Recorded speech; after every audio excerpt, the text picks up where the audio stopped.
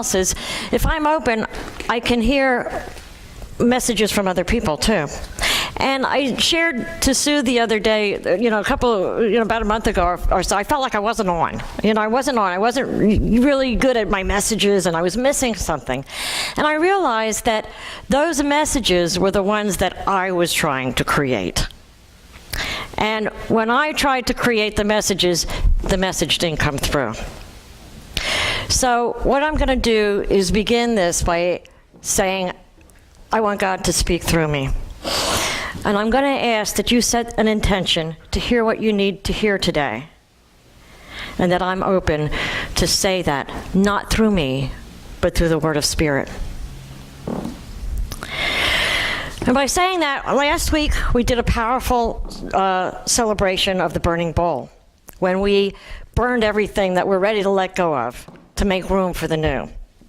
And Tuesday we did the same thing with different people here. And I thought about, after that, I said something on Tuesday that I thought was pretty good, pretty powerful, so I'm going to repeat it here because I think I missed it last Sunday, is, when we say we let something go, it's like, how do we do that, and how do we let it go and make sure that we let it go? Now, I brought my shoes in here last week, and I showed everybody my shoes and the crappy things that I have in my closet, and I said I'm going to put them back in my closet. I wasn't ready to let those things go. But the things that I'm ready to clean out and let go, what do I do with them? I throw them away. And then, have you ever thrown something away and then thought, later on you said, I'm going to look for that, and then you remember, I can't find it, I threw it away. It's not here. So I thought in the physical, and I shared that at 12-step meetings, people say about, letting go, let go, let God. And then people would say, well, I let go, let God, and then I took it back, and then I let go, and then I took it back, and I thought, these people are nuts. What are they talking about? Letting it go, taking it back, letting it go, taking it back. And I realized by taking it back, it was just bringing it up in our minds and reliving it over and over and over again. And I thought about, again, the closet.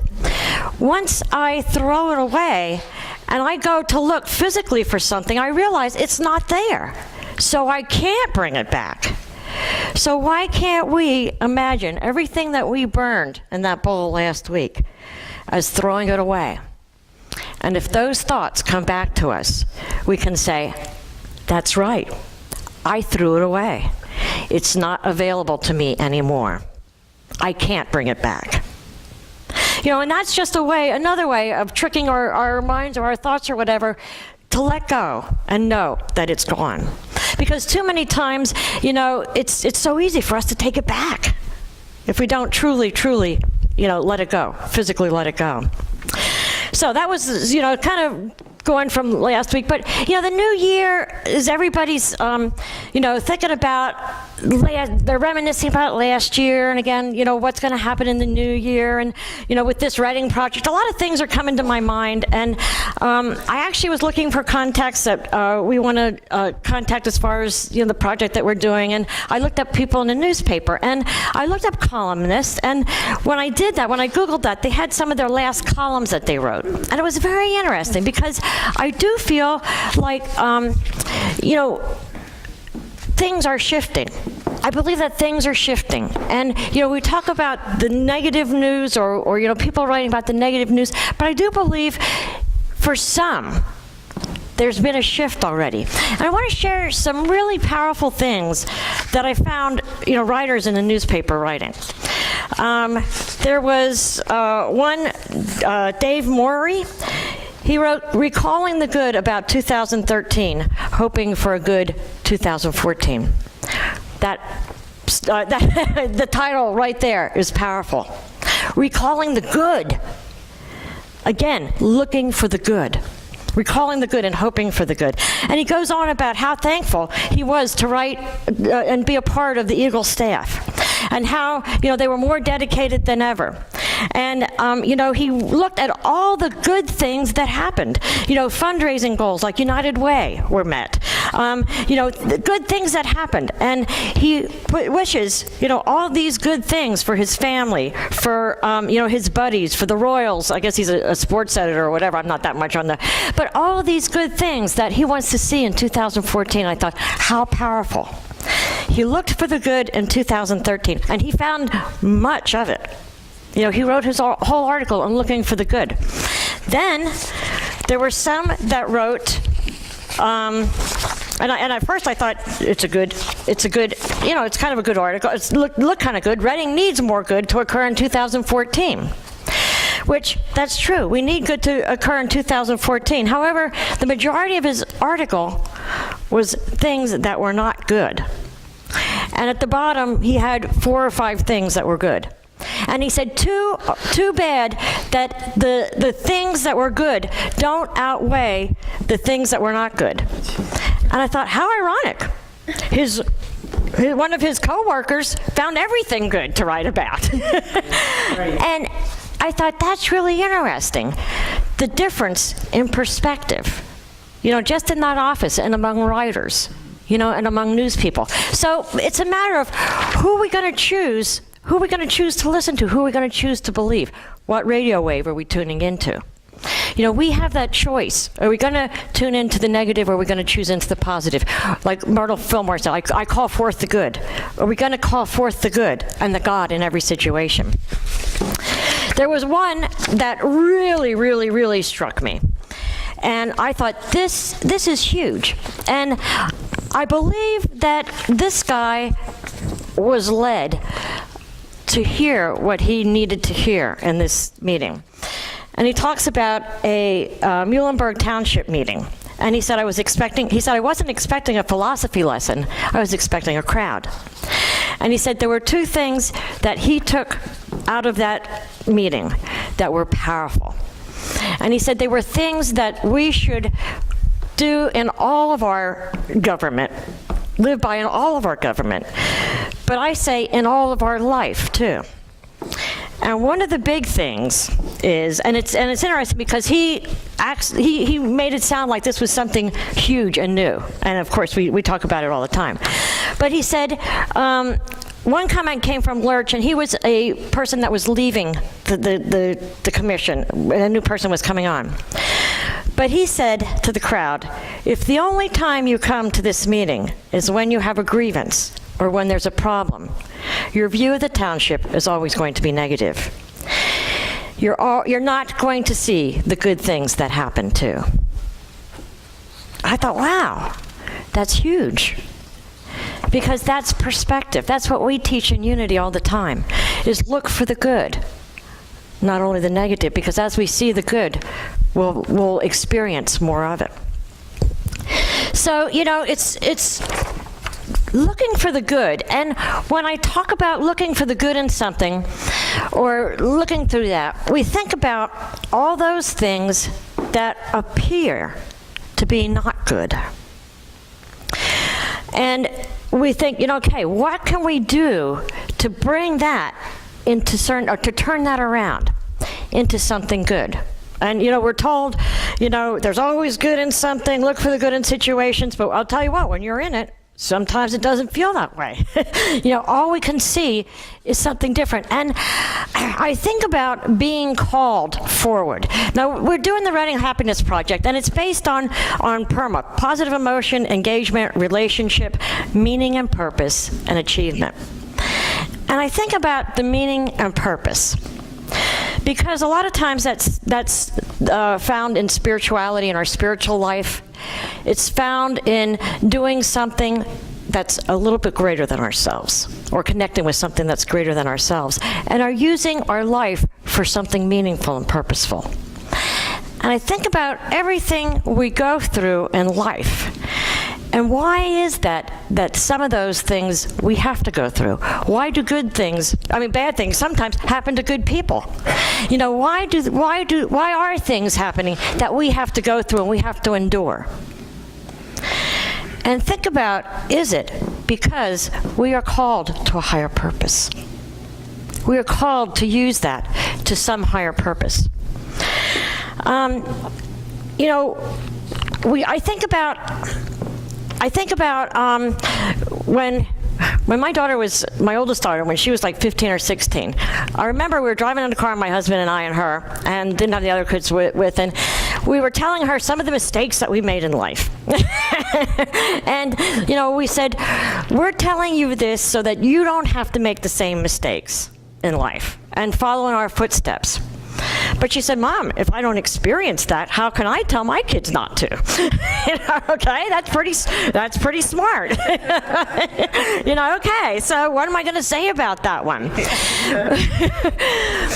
But yeah. But, in a way, I thought that is really powerful, because everybody has their own calling. And everybody has to go through their own experience to fulfill that calling. And it's a matter of what happens in life is what do we do with it. I remember in one class, one of the people that came to class, that she doesn't come, she's Catholic, but she loved to come to class, and she said, yeah, it's like either you can choose to be bitter or you can choose to be better. I thought, how simple is that? No matter what happens, you can choose to be bitter or you can choose to be better. But it's a choice. But when you think about why it's happening, and is it a calling from God? Is it a tapping, saying, you know what, we're using this for something bigger. Maybe we had a desire to, I had a desire to, and I always did. I always had a desire to motivate people, but it was almost like I needed a testimony first before I could do that. I had to go through something, so I could help other people go through something, and when I look at it that way, it's like that was huge. I was provided that experience. And what a different way of thinking about it when you think of being provided that experience for a reason and choosing to listen. It talks about, Daily Word talks about perspective, and it talks about those who have eyes, let them see, and those who have ears, let them hear. So what's the message in this? How can I use this and grow? There's, and it's a matter of opening our mind. The basic ideas of the science of the mind, Ernest Holmes writes, there is something within us all which constantly pushes us forward, which demands continued progress. Inertia may hinder our paying much attention to this inner urge, but it is always there. It is what keeps us going ahead, because it is what we are, demanding expression. Made in the image and the likeness of the Father, we cannot accept stagnation. Something protests against it. We must be moving forward into a higher and more satisfying spiritual nature. The divine discontent is a factor in our very makeup, and unless we are following its promptings, we are not happy. We cannot get away from it because it is part of our nature, and our unfoldment is something for which we are specifically responsible. It says that inner urge, we have that inner urge to do something, to help others, to be great, to be connected to something. But when we're stagnant, sometimes something happens to us so that God kind of nudges you, universe nudges you, and say, come on, you can do something better than that. Must I give you a little reason to? And, a lot of times if we don't listen to that, something bigger happens, and so it's a matter of stopping and listening and saying, okay, this happened, but now I'm going to use this because I know that this was provided for me. I like the opposite when people say things don't happen to us, they happen for us. Wow, that's huge. It doesn't happen to us, it happens for us.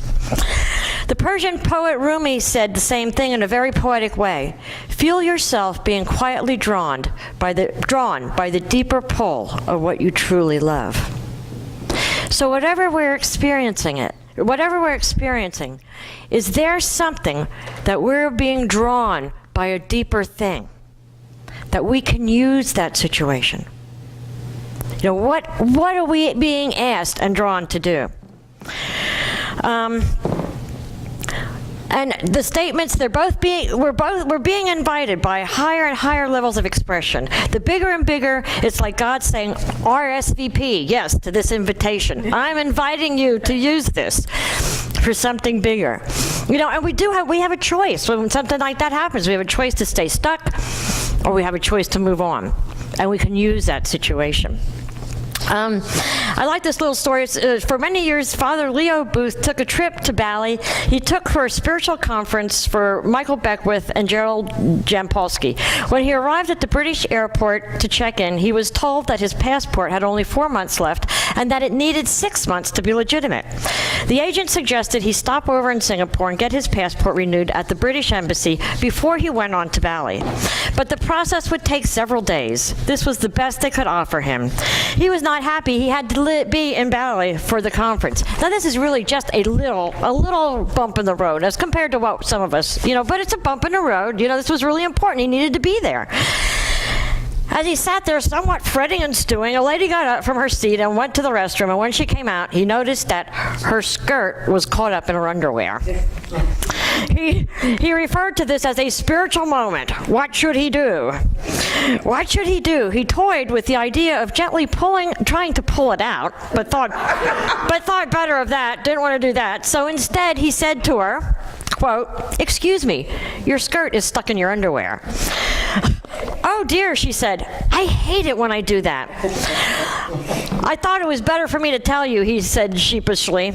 "Thank you. I detect an accent," she said. "Are you from England?" "Oh yes," he said. "So am I," she said, "but I live in Singapore now." "Oh really? What do you do?" Booth asked. She said, "I work for the British Embassy in the passport division." Within a day, he had his passport renewed, and he was on his way to Bali. Sometimes when we feel pushed or have a feeling of divine discontent, it is really God tapping us on the shoulder and saying, "Excuse me. Excuse me. I want you to be a higher and a greater expression of me than you're being right now." It's God tapping us and saying, "Excuse me, I want you to sprout wings and fly like a butterfly." It's God tapping on our shoulder and saying, "Excuse me, I want you to be a more powerful co-creator with me. Excuse me, I want your attention.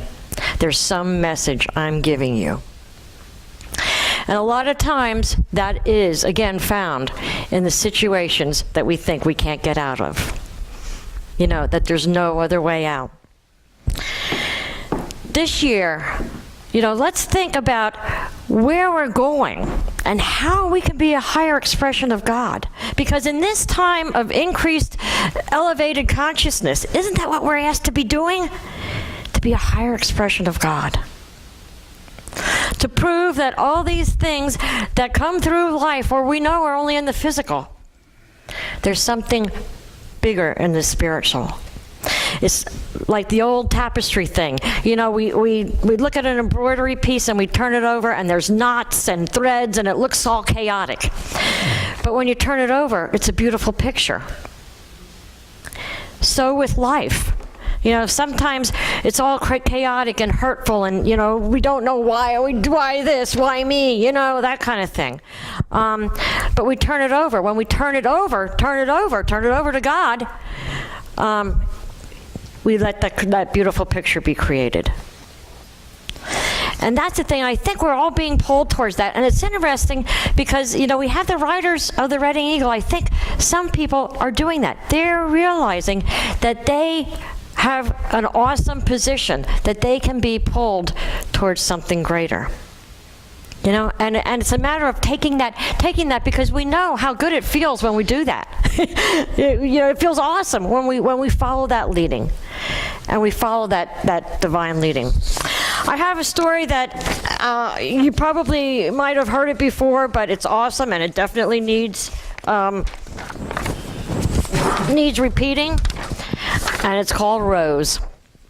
The first day of school, our professor introduced himself and challenged us to know someone we didn't already know.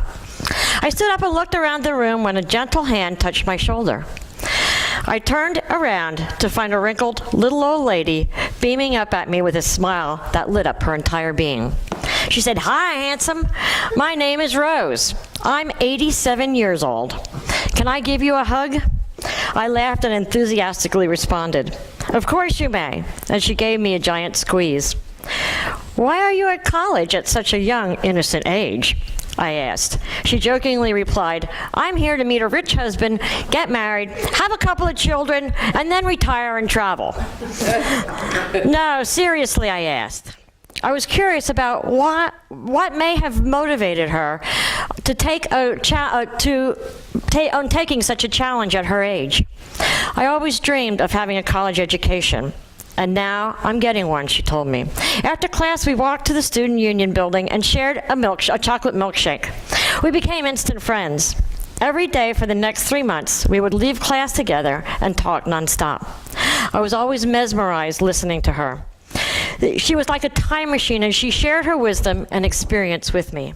Over the course of the year, Rose became a campus icon, and she easily made friends wherever she went. She loved to dress up, and she reveled in the attention bestowed upon her from the other students. She was living it up. At the end of the semester, we invited Rose to speak at our football banquet. I'll never forget what she taught us. She was introduced and stepped up to the podium. As she began to deliver her prepared speech, she dropped her 3x5 cards on the floor. Frustrated and a little embarrassed, she leaned into the microphone and simply said, I'm sorry, I'm so jittery. I gave up beer for Lent and this whiskey is killing me. I'll never get my speech back in order. So let me tell you what I know. As we laughed, she cleared her throat and began. We do not stop playing because we are old. We grow old because we stop playing. There are only 4 secrets to staying young, being happy, and achieving success. You have to laugh and find humor every day.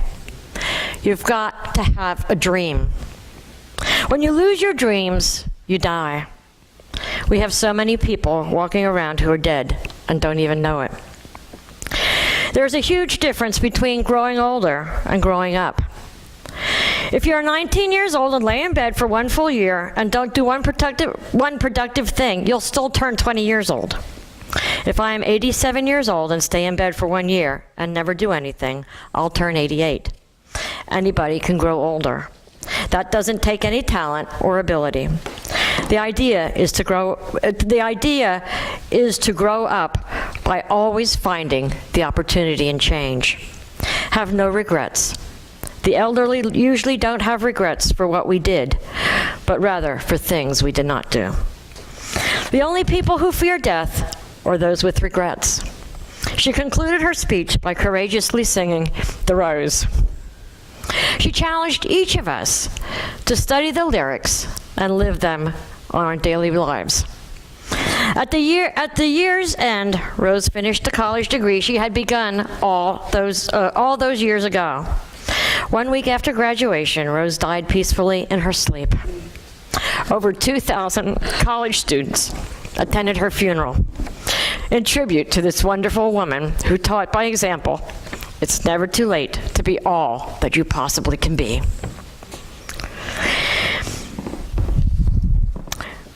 Remember, as in the words of Rose, remember, growing older is mandatory. Growing up is optional. Life is 10% what happens to me and 90% of how I react to it. This is a pretty powerful story, and the few things that I really love is we all have dreams. And I bet you any money, if you look at what's happening in life that you don't like, it's pulling you towards your dream. To be a bigger expression of God in some way. So, take this time and, think about your dreams and how can we use those in 2014. Think of the things that we're going through now that don't feel so good. And how can we use these to let God pull us forward in 2014? Because it's all a matter of choice. I love the idea of Rose going back to school at 87 and finish something that she desired to do all her life. It's never too late. Never too late to do anything that we dream of and desire. It's all about perspective and making that commitment. So, this year we're gonna go into meditation then, and we're gonna think about, what's God saying to you? What's he tapping you on the shoulder to say? Excuse me, I want you to be a bigger expression. How can I be that? What's God saying? Be open and listen. I'd like comments or sharing. I had something happen just this week exactly like that. I got a flat tire. My first thing, why? And why did I get a flat tire? But then I thought, no, I said, this is for a reason. I wish I knew what. Yeah, there you go. And it's on Valley Stream Road near I-76. It's just off 724. There's a little house across the way. Well, we called 3A's. And of course, with the weather and everything, we were waiting a while. And I didn't have a lug nut. The lugs were too tight. So after a while, in that little house, a man came home from work in a red pickup truck. And he walked over right away. And we said, well, we called 3A's. And he said, well, just a minute. He said, I'll come see if I can help. So he went back to the truck. He must have picked his daughter up from nursery school, took her in the house, and then he came back over. And it took a while, but they changed, put my donut on. And Marshall wanted to give him some money. And he said, no, he said, I'll just take a handshake. He said, I refuse to take any money from helping anybody. And he said, a handshake is fine. He's a policeman for Sinking Spring. Wow. I just thought, how marvelous. How powerful. How powerful. Yes. That kind of stuff happens every day. And it's a matter of, for that writer to say, too bad that the bad things outweigh the good things. No, that's not true. It's a matter of perspective. It's a matter of when we look for those good things. Thank you for sharing that. That is so awesome. It really is. And I think more of that happens on a daily basis. It's just not shared. Thank you. I think we got more from the inside than the outside. And also with, I thought I lost it.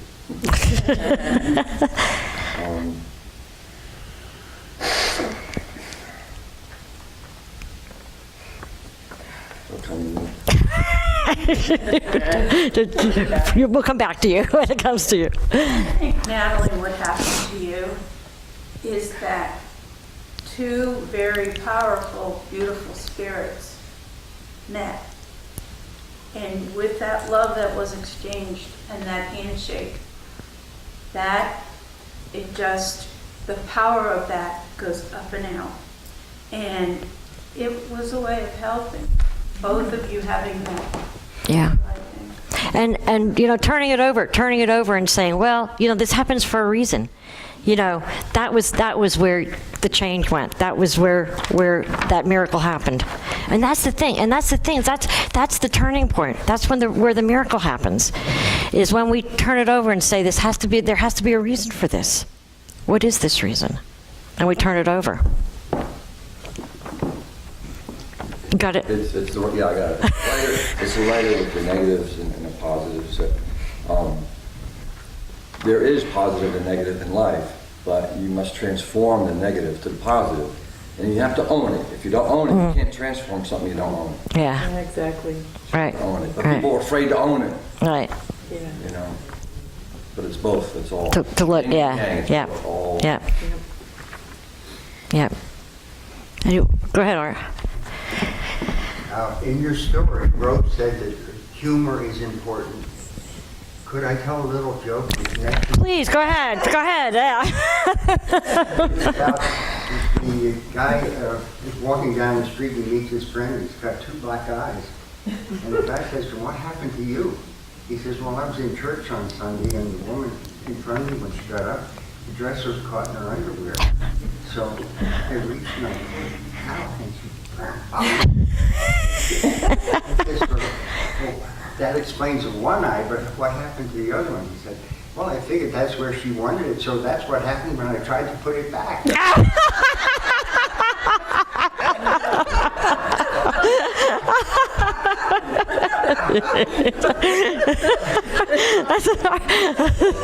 That's a pretty good one. Thanks for sharing that one.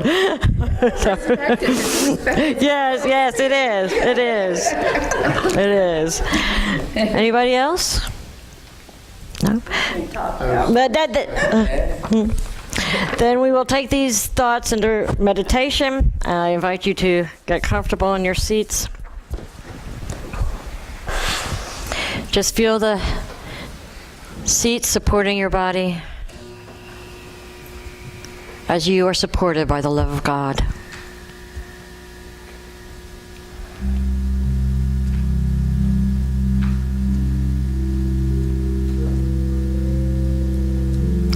Feel your feet being supported by the floor, just as your dreams are always supported by the universe.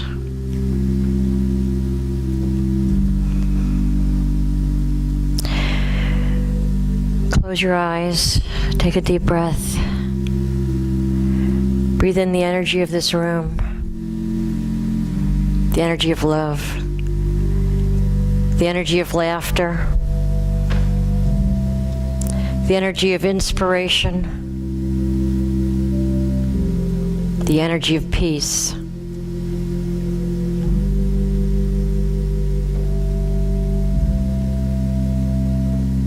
And once we know that we're in our special place, that place of divine answers, of divine wisdom,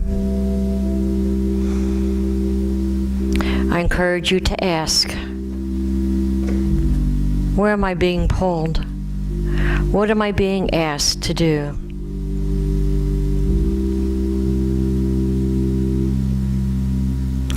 How can I use my life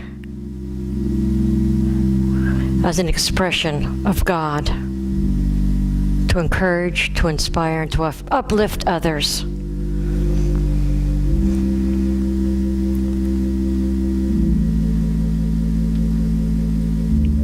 Ask, how can the universe support my dreams?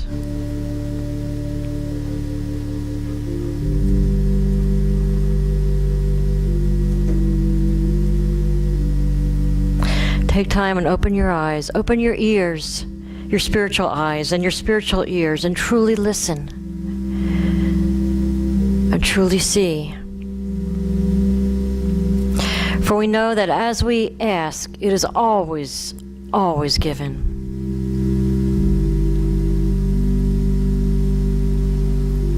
Take time to call forward the good and the God in any situation that you still feel that you're struggling with. Call out the good and the God in individuals.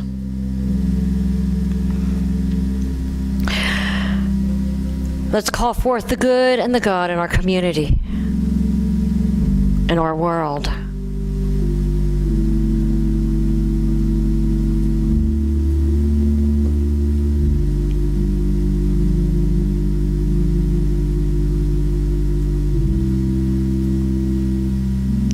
And as we do that, feel the elevation of a renewed spirit.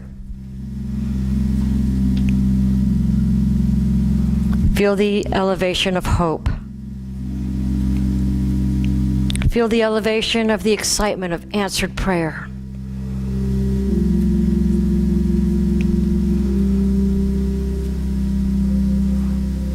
Feel the gratitude of being called to do something bigger, to be a bigger expression of God.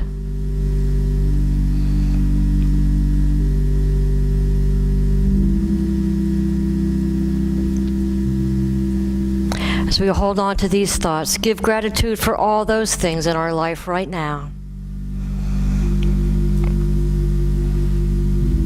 Know that they are there for a reason.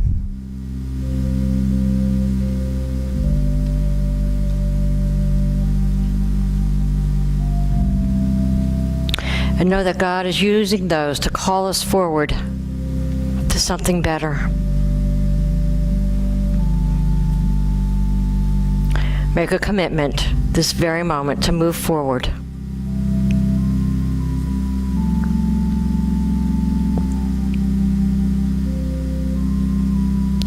As we hold on to our dreams, as we hold on to this inspiration, as we see our life moving to greater heights in 2014, I ask you to hold on to these feelings, these visions, and come back into this room, knowing that all is well. All is in divine order. And so it is. Amen.